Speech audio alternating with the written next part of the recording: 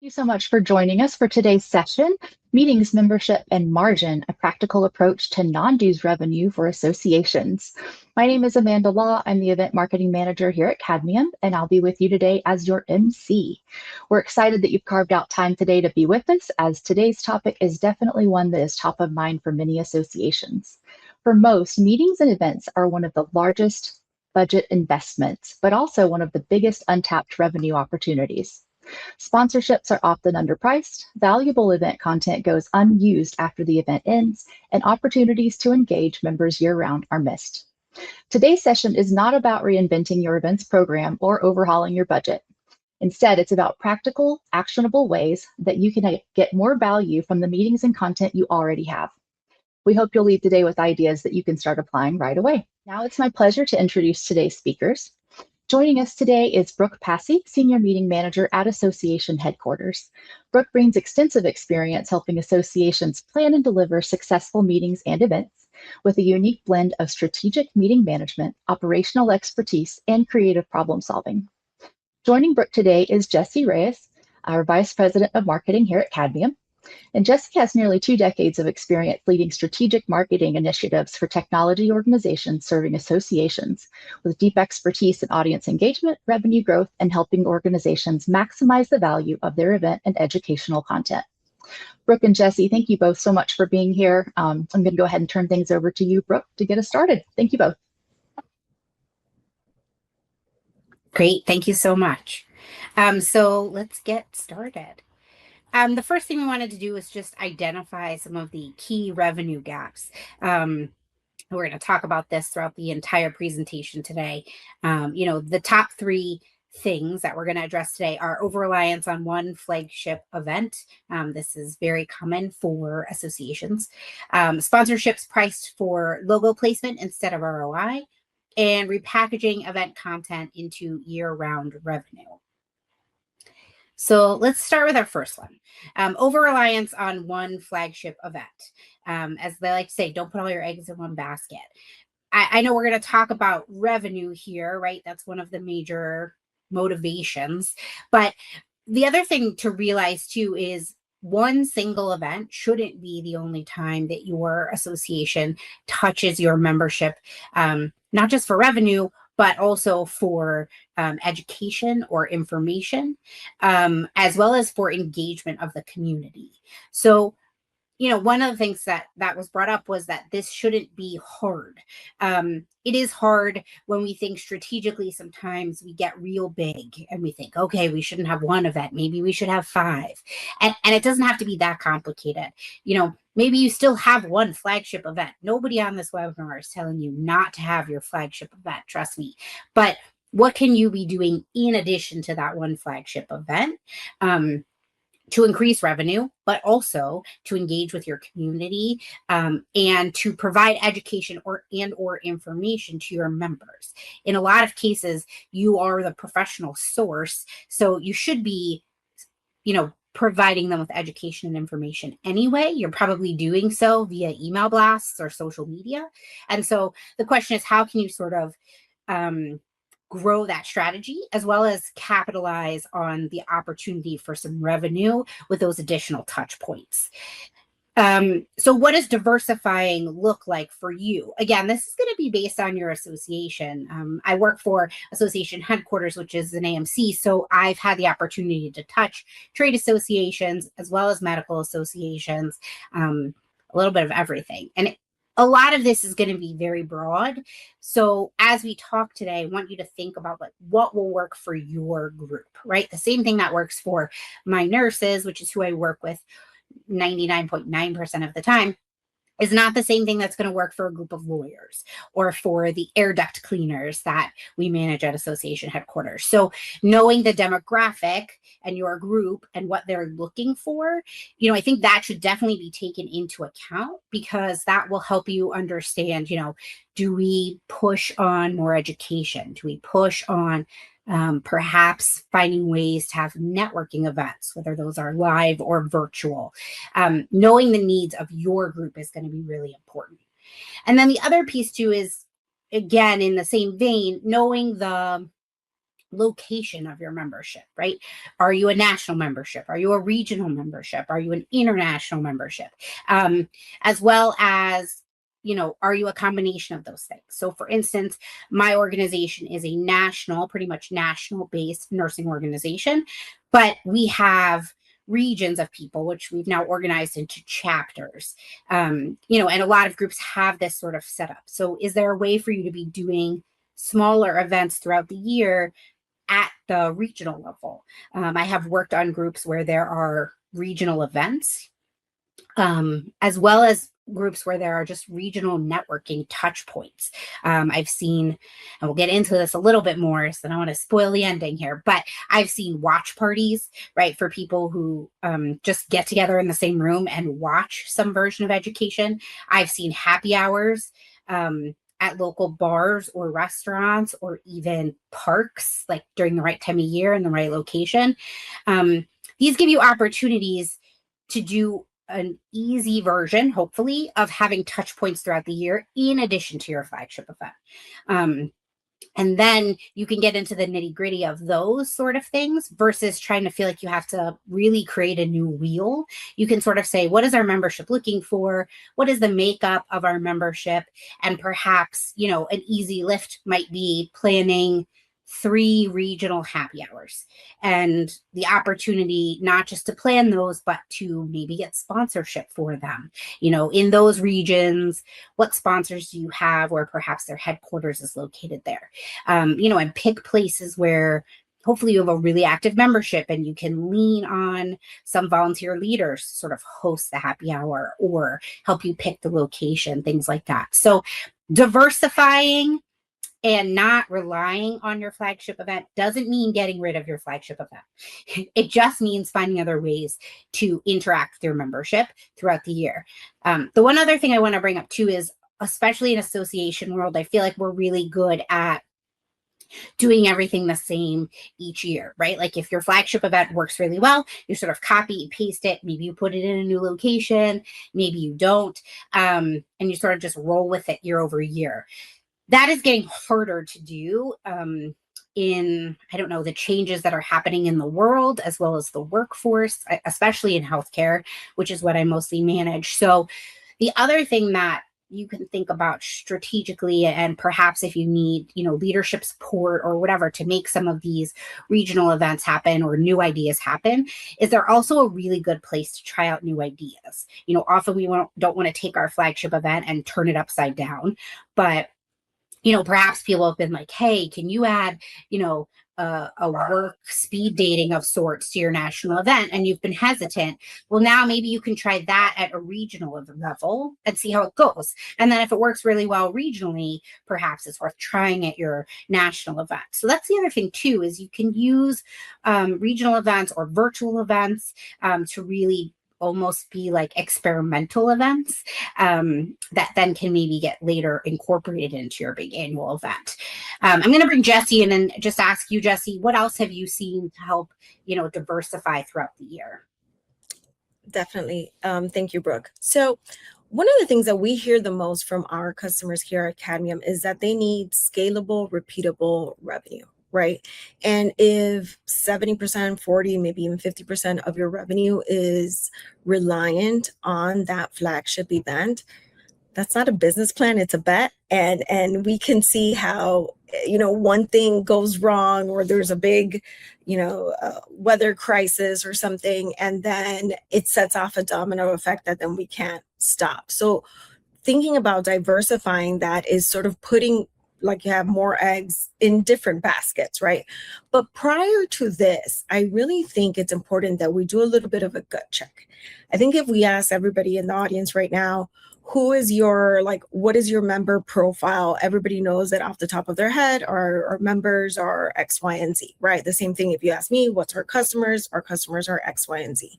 One thing that I did not that long ago is sort of recheck what actually is our customer profile, right? So I took our list of customers how many years they've been with us, how many, products and features and things that they have bought. You could do the same thing with your members. How long have they been? How engaged have they been? What are the things that they sign up for? And then I put this into Claude, actually, and I let Claude tell me what my ideal customer profile was, right? To just double check ourselves before we start talking about diversification and start trying to do new things. Let's level set and see if our customers, if our members are truly the people that we think our members are. And this is not just titles and location. We all know that. We all have pretty good sense of the demographics. We're not just saying these is the sort of makeup of our members. It's our ideal member, our ideal customer, the one that is most engaged. What is the profile of that ideal person? Once we know that, how do we what are the activities that we're doing to get more of these ideal people into our pipeline, into our workflow, right? The other thing that I did once Claude told me my ideal customer, I said, hey, these are all the trade shows. These are all the things that I do to try to attract more of these customers. Am I going to the right places? These are the shows. These are the people who attend these shows, the profile of the people who attend these shows. Give me green light, yellow light, red light. Should I continue going to these shows? Should I continue doing these activities, right? And then the last thing is, out of my ideal customers, what is it that they're most engaged with? What are they buying the most? How, the ones that stay the longest, what is it? Is it a specific product? Is it a specific feature? Same thing with your members. The ones that have their membership and they've renewed their membership 3, 4, or 5 times in a row, what are they engaged in? What is it that they like to do the most? Are those people attending your flagship event? Or are they really doing more of these webinars or more of the networking events because they're here more for the networking than the actual flagship event? So I would say that that's sort of like step 1 of level setting and saying, this is who we are, this is who we're selling to, and these are the people that we want involved with our flagship event. And the other, once you have a good grasp on that, the other thing is, what are we selling to our non-members? That's a whole group of people that sometimes we're like, we need to provide these for our members, but there's a lot of people that are in our ICP, ideal customer profile. They're not members yet. Can we sell them stuff? When we have a line of revenue to non-members, you just create it, and you're not creating new things for these. We're not trying to add more work. Nobody wants to add more work. I think everybody that you work with, everybody that I work with is like, they are capped out. We're not trying to add more work, but saying, hey, what are these things that we could repackage and sell to non-members to try to give them a little bit of a taste of what they can have with being within the association. And the other big group that I would say, the people that aren't attending, your members, but are not attending your flagship event. What's going on there? What can we do for them? They were never planning to attend. It's not within their budget. They can't do it. But they're still paying for your membership. They're still engaged. So what is that line of revenue that could go to that bucket of people who are just never going to attend your flagship event? Do we have enough items that we're selling to them that could just be a whole nother revenue track? And is it creating lower cost products, for those people who never intended to attend our flagship event? I think those are some of the things that come to mind. But I want to, Brooke, from you, I think all of the, I talked a lot to association leaders on the event side, and then also on the continuing education side. And they have a ton of ideas, I think, and they know they need to diversify, but a lot of times it just doesn't work. For the people that you have seen at AH that do this really well, what do you think kind of sets them apart from other organizations? Yeah, I mean, I think it's a couple of things. I think it's not being scared to take a risk, not being scared to fail at the risk. That's why I brought up like trying stuff at a regional level or even like virtual events is sometimes easier, right? It feels like less of a risk. And I mean, obviously we don't all get this choice, but the groups that have good volunteer leadership support are able to move quicker too, so it's sort of like they can make decisions on the fly. I feel like a lot of times these days, everything moves so fast that you can have a really good idea, but if it takes you 6 months to put it into to action, by then it's worthless. And you brought up some really good points. I like to, for my team to really delineate, I like to call those non-members customers, because I feel just like there's a big generational shift in the workforce, no matter what the industry. And the question of membership, just a whole different webinar, like, is that the right model for the next generation? And whether or not it is, there are those people who are never going to join. But they keep coming back, right? Maybe they go to your flagship event. Maybe they go to your webinars.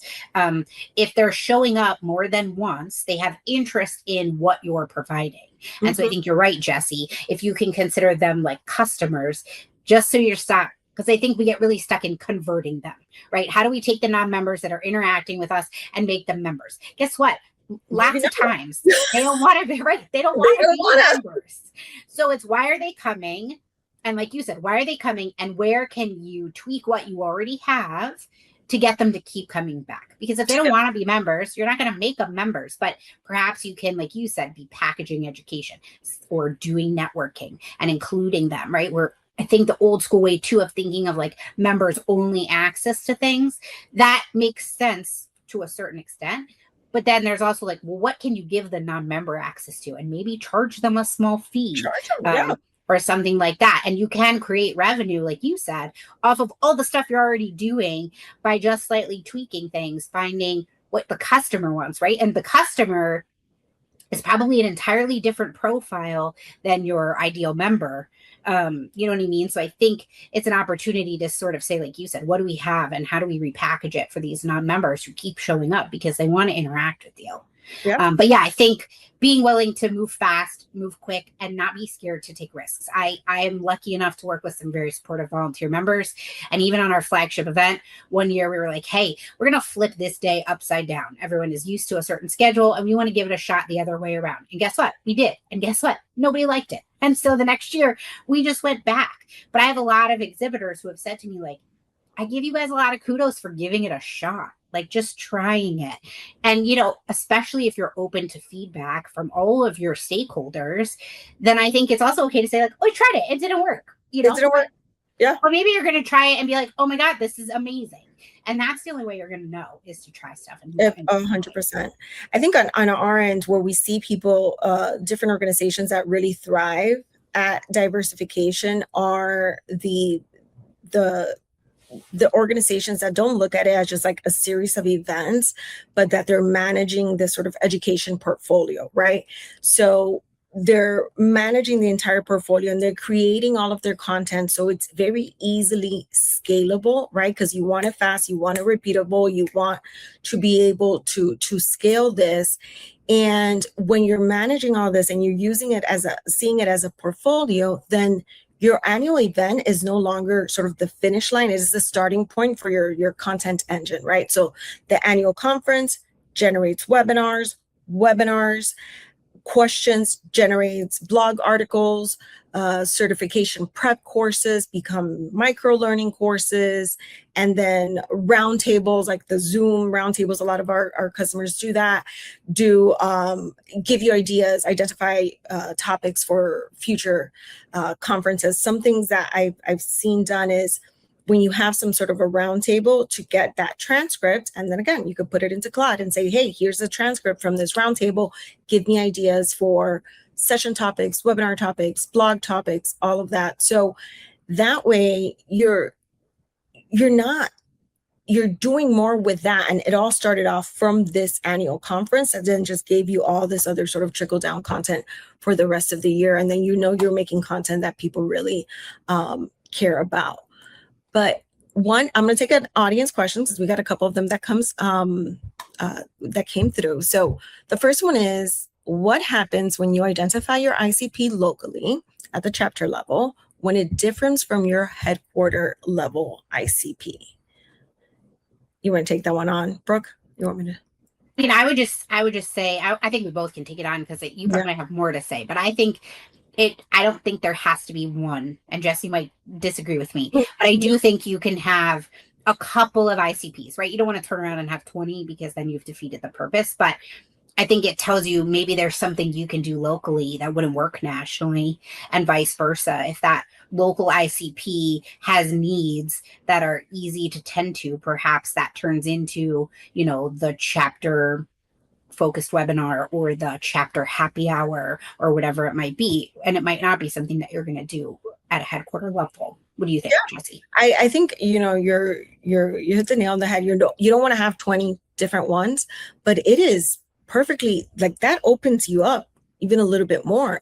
If you have those 2 different ICPs, now you're working with 2 different audiences. And even think about it, like, from my perspective, we sell different products. So you're selling a different product to a different audience, and that is okay. You don't have to make it one size fits all. And not all the products are going to be purchased by all of your customers. So I actually like it that the chapter level might have a different ICP than the national level, because I could just then diversify in what I'm providing. And again, testing. Then you could test stuff at the national or the chapter or vice versa. And you really have a bigger like sort of test audience when you want to roll out different things. And then you're going to see sometimes it works at the chapter level and sometimes it doesn't. But you don't need to have one ICP. There could be 2 or 3 different ones. Another follow-up question. ICP stands for individual customer profile. I missed the definition. So ideal, what it actually stands for is ideal customer profile. So your ideal customer. So not just, okay, we want members that are nurses, right? Well, yeah, you want members that are nurses, but which of those members that are nurses are the most engaged? Is there a specific age group? Is it a specific region? Is it a specific type of nurse? Like, which ones do you see stay with you longer? They attend a variety of different things, whether it's your flagship event, your webinars, your networking events. The ones that they're active on forums and all that kind of stuff. So the ones that are the most active, you want more of those, right? You don't want just a bunch of members. You want more of those that are going to be really, really active and are just going to probably spend more money over the lifetime of their membership. So ideal customer profile is what that stands for. All right. You have anything else on this, Brooke, or do you think we want to? I think we're ready to move on, if that works for you. Go for it. All right. So sponsorships. It's not just a logo. This one really gets me. I am not, just to be clear, I do not have a marketing background. I think every meeting planner does a little bit of marketing, but I do not have a marketing background. And long gone are the days where you can just charge somebody thousands of dollars to place a logo. But that doesn't mean it can't be part of a bigger package. So, event sponsorship should be some sort of partnership, especially at a certain level. It needs to be something that is mutually beneficial. Just for some ideas, again, so that nobody feels super overwhelmed. My event has 130 exhibiting companies. That's great. Most of them come and exhibit and get what they want and leave. I have about 10 to 20 companies that I work with on a regular basis to create a mutually beneficial relationship that addresses their needs and the needs of our association. So I think that's the big piece to learn, is that sponsorships, they can be straight up logo placement, but if you're looking again for places to bring in more revenue where it's not that hard, this is it. And so it becomes conversations, it becomes partnerships, it becomes relationships. I think your best sponsorships are going to come from relationships. So the biggest question is, what is the company looking for? What does ROI mean to them? Because there are companies who they need to be able to go back to their leadership and say, we had this many clicks and this many leads and this many ad placements. But there are other companies who need to see that go the next step. So, we talk about ROI and what does it mean? I would actually beg you, ask them. And it's scary to say, did you get what you wanted out of our event? But that's the only way you're going to know the answer. You have to be prepared for the feedback too. Sometimes it is a hard pill to swallow. You also have to remember that in these conversations, they are one company. But if you start talking to the 10 to 20 top companies that your association interacts with, this is how you start to see, trends. Is it one company who, wishes you had longer exhibit hours? Sure. There's always one company who wishes I had shorter exhibit hours too, right? So you have to go in with an open mind, but the only way you're going to get past the logo placement, advertising, sponsorship is by having more conversations. You have to cultivate that relationship. I find that those are hard to do sometimes, especially lots of times companies, right? The people who work on the event, who bring the booth to your show, are going to be different than the person who might be interested in sponsoring a webinar. So you have to sort of create enough of a relationship with whomever you know and sort of invite them to bring colleagues with them to these strategic conversations. The other way to sort of get into the company that thinks that coming to your show enough is to remind them that at best, 5 days are your flagship event. What are they doing the other 360 days to talk to your membership and or to keep their message alive, right? So we have conversations with them around budget time for us and for them. We have gotten to the place where we have relationships, we have signed NDAs, and they will tell us this new product is coming to launch next year. What can we do? The other thing that I'm always a fan of is creating a package, right? I have companies that will be like, I spend a ton of money at your event. I'm on the show floor. I sponsor, a mealed event, educational event. We put our logo on your registration desk. What else do I need to do? And the answer is nothing, right? But what they forget about is all those other months of the year, and so sometimes I'll say like, that's great, but what if that's Q2 of the year, what if you did something every other quarter to keep your name and logo and product top of mind? Make a big splash at our flagship event, please. Just like I said, don't get rid of your flagship event. Don't tell anybody not to make a big splash at your flagship event. But what else are you doing? What else can we do to help? We've had some smaller companies where our event is Q2, and we will say to them in the prior year, listen, during Q1, you need to do something educational, whether it's a blog post, an email blast, a podcast, a webinar. You need to tell them about this new product that's coming out. And then, oh, by the way, at the end of this educational piece, you can say, come see us at the flagship event. Here's our booth number. It is connecting the dots, right? We all live really busy lives, and you have to remind your sponsors. These days, we get inundated with emails. There's something to be said for creating a through line. And so oftentimes I will turn to a company and I will say, listen to me, give me a budget. I'm not trying to sell you a package that hits your budget, but I want to know what we're talking about, right? Are we talking about a couple social media posts? Are we talking about a webinar? Do you have the budget? I always like to diversify a package because you do have members who at this point don't check their email. They gave you the email address they never want to look at. You might also have members who aren't that active on social media. So I will always also try to create a package that hits our membership at different places. And that's what I'll tell the sponsor too. Listen, we're going to do a social media bundle this month. And then next month, you're going to do a webinar. And then the month after that, you're going to put an ad in an email blast. And if you really want, when you've done those 3 things, let's meet again and let's talk about how they went and what kind of ROI you saw. And we can give you stats. And then that will help them and you know what they might want to do for the next quarter or the next 3 months or even the next calendar year. But building the relationship and building the conversation, it gets them invested in the relationship as much as you're invested. And it helps them realize that you're here not just to place their logo somewhere, but to get their message to your membership. And once you can get to that place of understanding that this is a mutual beneficial relationship, I think it really helps you build sponsorship in a totally different place. And I know I'm going to bring Jessie back in too, so she can talk about what she's seeing with sponsorship. But that's really where I see the best ROI on both sides, is when it's a continuous conversation.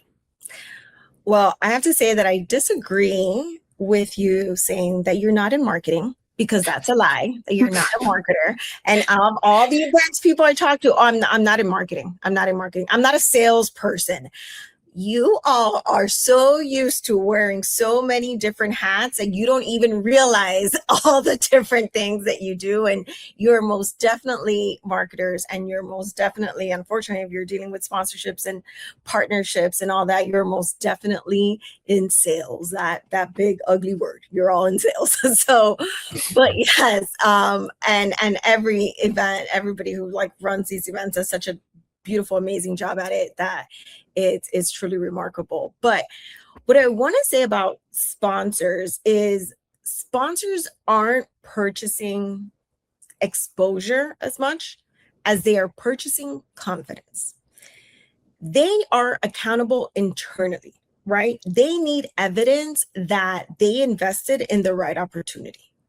So if we, the people who are putting the event together, ask ourselves, like, how can I make this easy for them to make sure that they can make the case internally? How do we let them prove the business value, right? We want to make it as easy as possible to them.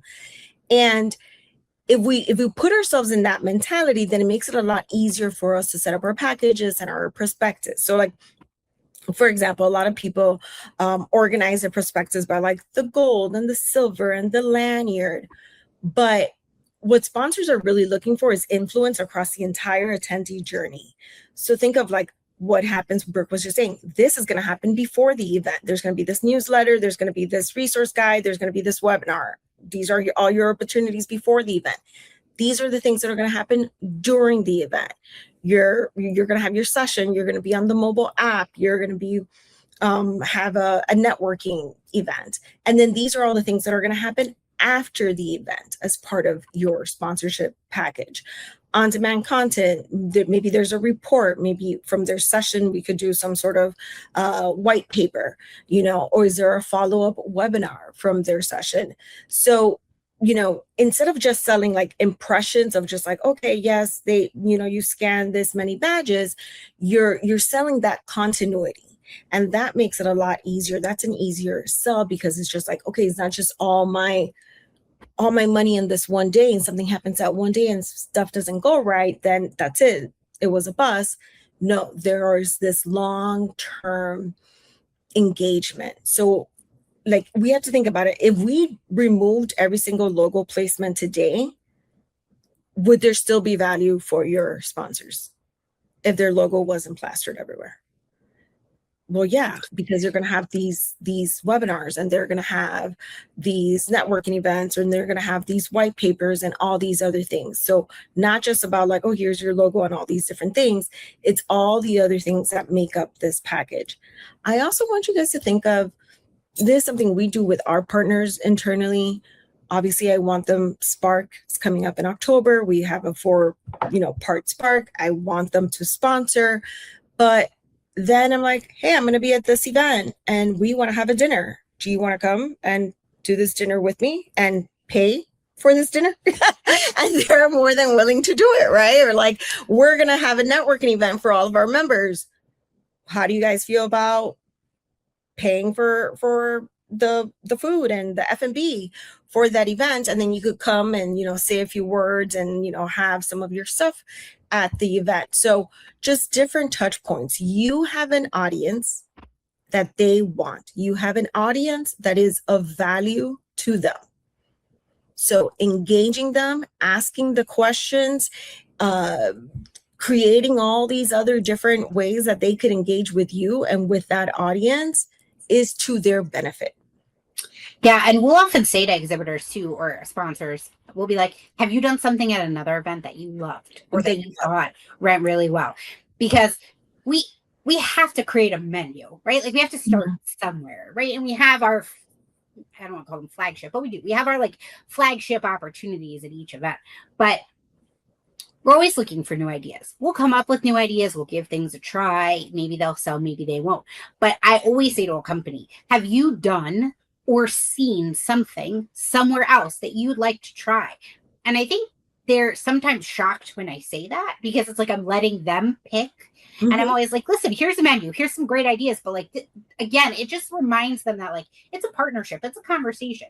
And if they come to me and they say, I want to do this, I will say, great, let me look into it and get back to you. And I will price it at a place that makes sense for me and then come back to them. And if it works out in the end, great. But if it doesn't, that's okay too. Just by opening that door, I've proven to them that I'm open to have the conversation. 100%. I also want to take this audience question that says, how do you get support from others on the association staff to provide benefits for the sponsors year round when they say it's not my job? I think it starts at the top, right? And the truth is, one would think or hope that if you're looking to increase revenue, that's coming from your, I'm going to call them a staff leader, right? Because I don't know, what their title might be. And my hope would be that that person would turn to the whole team and say, we're going to try something new. We're going to try to offer things a little more year round. We're going to need everybody's help. I would say to the person who asked this question, you might have to take on some of the coordination. You might have to try to make it easy. Like, let's say it's social media posts. Perhaps I turn to my marketing person, if that's who I'm working with, and I say, listen, on this date at this time, I need you to copy and paste this onto our Facebook. And if you can make it seem easy, most of the time, hopefully, they will buy in. And again, if your top staff leader is sort of addressing the team as this is something we're doing, we have goals, etc., obviously that would be helpful. I don't know what your team structure looks like. I want to reinforce, and this goes across all the sort of pillars we're talking about today, that like the problem is never lack of ideas, right? The problem is lack of structure. The problem is lack of buy-in. The problem is lack of leadership. The problem is feeling overwhelmed. So I think if you can say to your team, or if you have to go to your boss first and have your boss say it to your team, like, I need your help. Like, this is a group effort.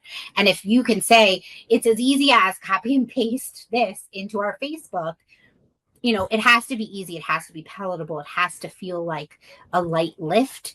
And I think you can get there if you start small. And that's sort of the other thing that Jesse and I are hoping you guys are taking away from these conversations. They can get very big and very complex.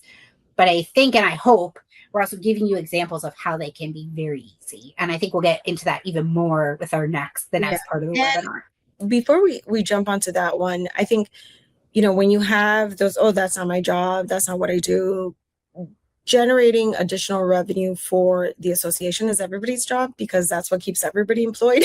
And that's what keeps the association, like the lights on. And it does start at the top. And a very important point is it has to be easy. It has to be repeatable, right? We need repeatable things that we can do that are low lift.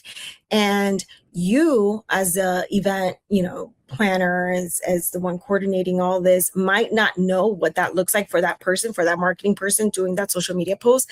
But hey, this is what we need. This is what we're offering. What would be the easiest way for you to sort of do this on a repeatable basis? Like, what's the structure that we can create to make this happen for you? Let them tell you, right? You don't have to solve it for them. They do this every single day. They, post this content every single day. How would this work for you? This is something we want to offer our partners, our sponsors. They're willing to pay for it. What does this look like? How does this work for you? Do you put it here? Do I approve it there? Do I give you the content? Like, what does this look like for you?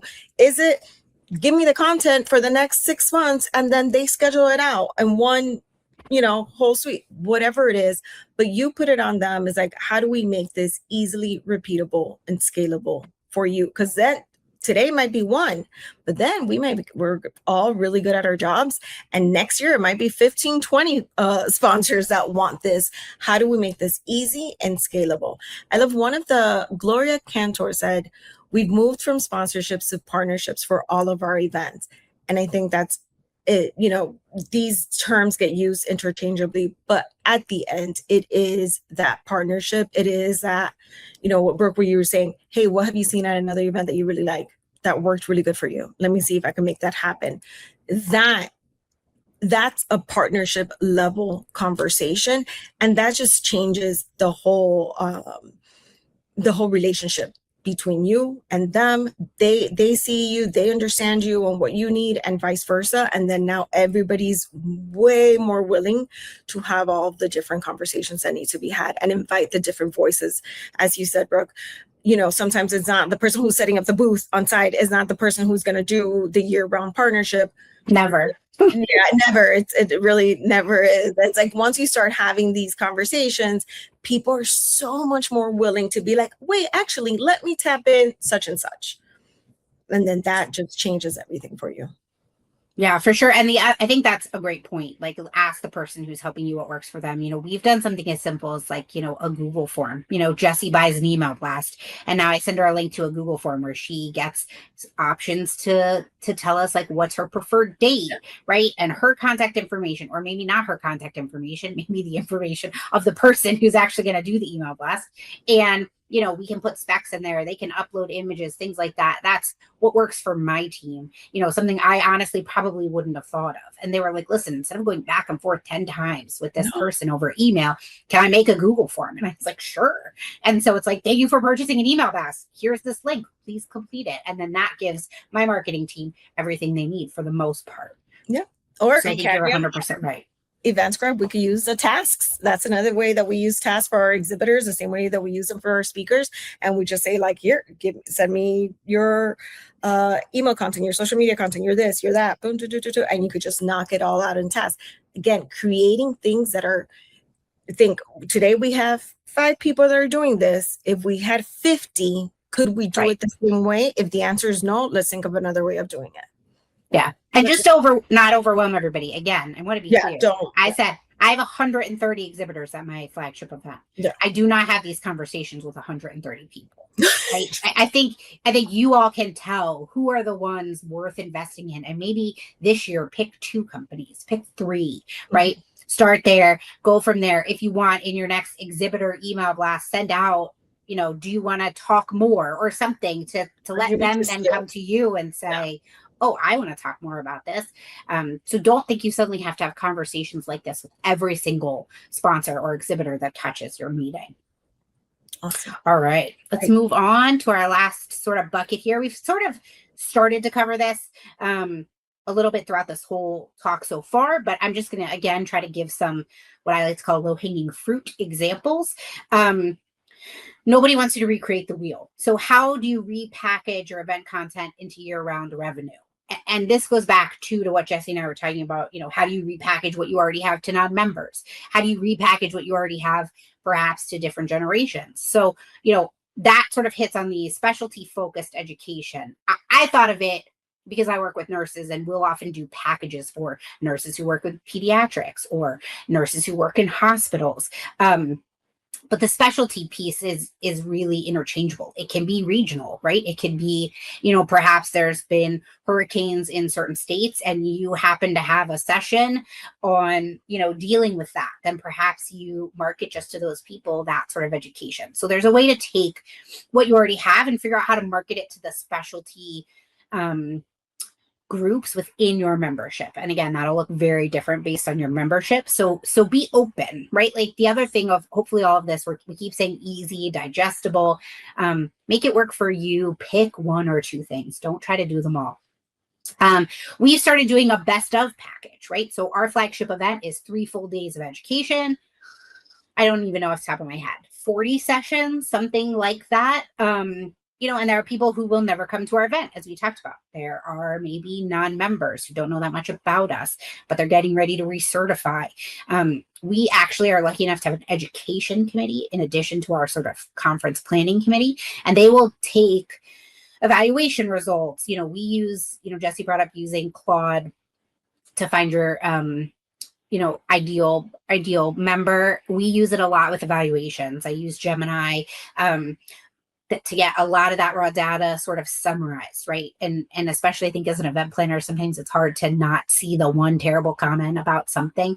That's one thing I love about AI is I can sort of say like, here, look at all of this data and tell me like what you're seeing over and over again. What's the consistent message? But so we now pick like the top 6 sessions from our conference and repackage them with credit because that's important to our demographic. And it's obviously a fraction of the cost of our event. It's also a fraction of the credit, but that's what works for some people. And, we've taken the time to sort of take all those sessions and reconfigure them. But other than that, we're not creating anything new.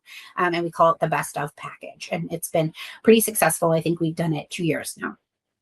Another thing I have brought up before, so I'll just glaze over it looking at the time here, is networking groups. That can be, again, something that's done virtually. And in that case, then you can maybe do it by specialty. Maybe you can do one just for non-members. Maybe you can do one for students if that's a portion of your membership. Or if you want to do it in person, maybe you do them regionally, right? Chapter, region, whatever term you're using. Pick 3 or 4 locations throughout the country and do networking events that way. I think in both cases, there's an opportunity for really good conversation. There's also probably, depending on how you figure it out, an opportunity for sponsorship. Another one here is a rebroadcast of event sessions. So lots of times people will say like, oh, take a conference session and turn it into a webinar. Sure, you can do that. You're asking the wrong person, though, if you talk about not liking live virtual content, because I love live virtual content, what we're doing today. I can't see all of you, but I know you're there. And so I speak differently to you, right, than if I was just recording something. So I like to call it a rebroadcast of an event session because I like to suggest don't just take a session and, make it a webinar. Take a session, call it a rebroadcast, bring on a moderator who maybe they're the speaker of the original session. If they're not the speaker, maybe they're a association leader, or maybe they're just an expert in whatever the topic is. Let them do a live introduction. Let them talk a little bit about the session. And then at the end, let them host a live Q&A, right? Because perhaps there are going to be questions while people are watching this recorded webinar.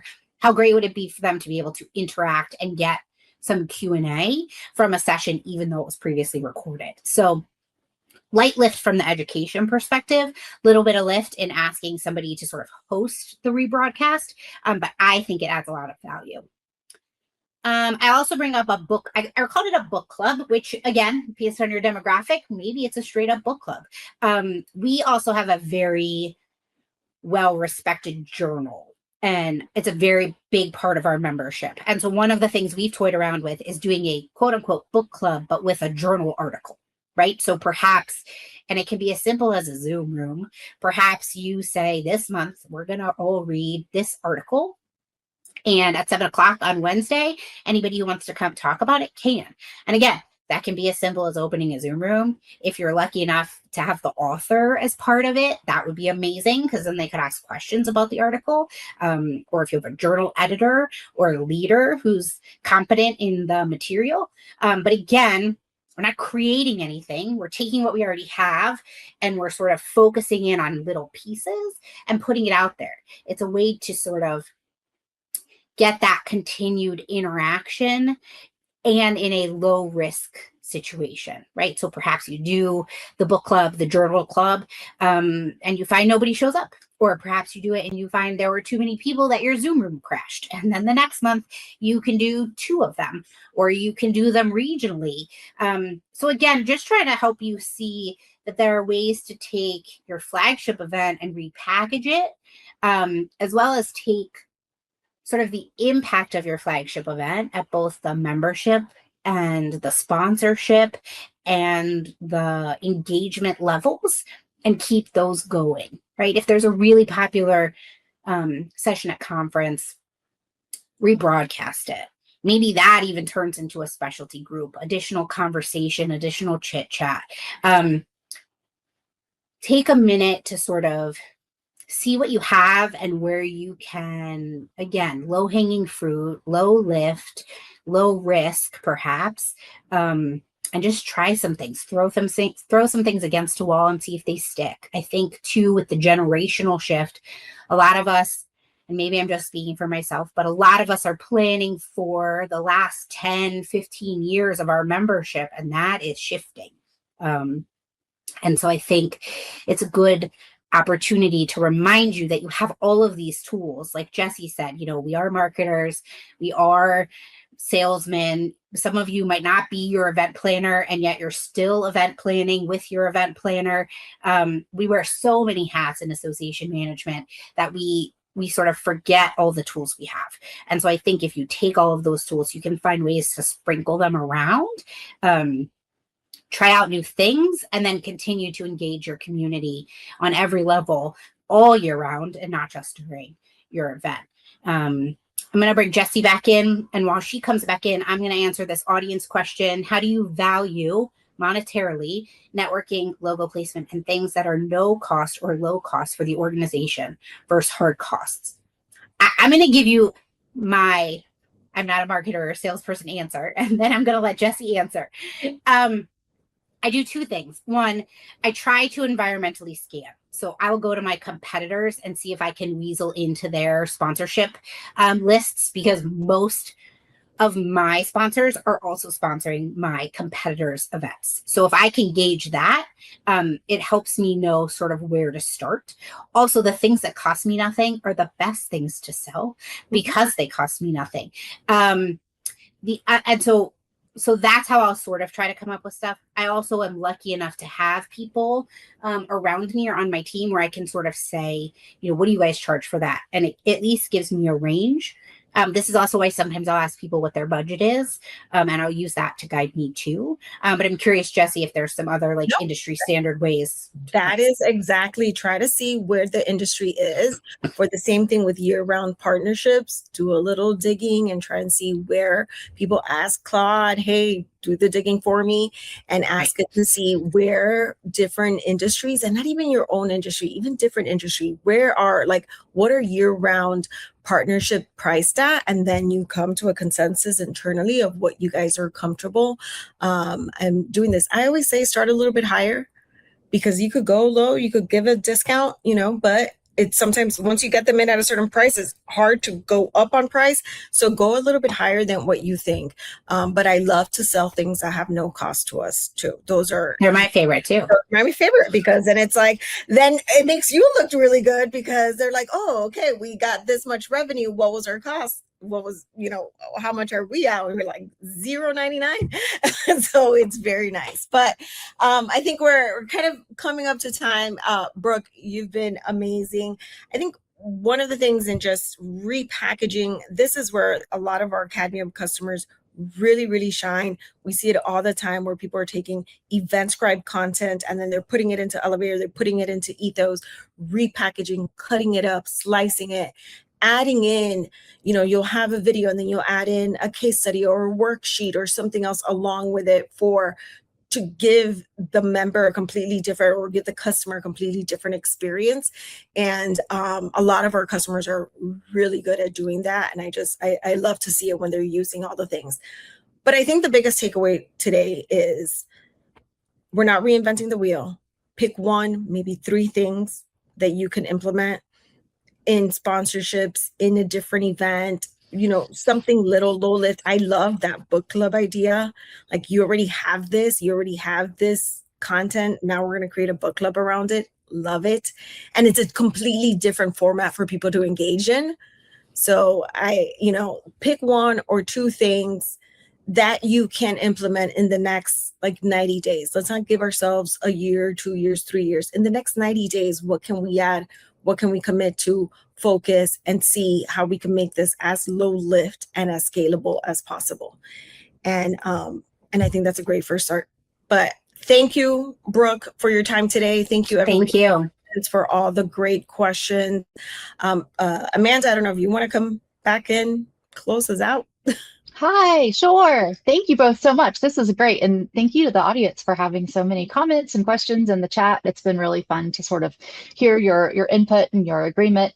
There's definitely some strong feelings on repackaging content and sponsorships and how all that works. So I really appreciate you chiming in. That's been great. Jesse, thank you also for the sort of final thought. Brooke wanted just to offer you the chance if you have any sort of final takeaways or final remarks that you would like to offer before I close this out. Yeah, I think I would just I put it in there a little bit in the end, and I think Jesse reiterated it well.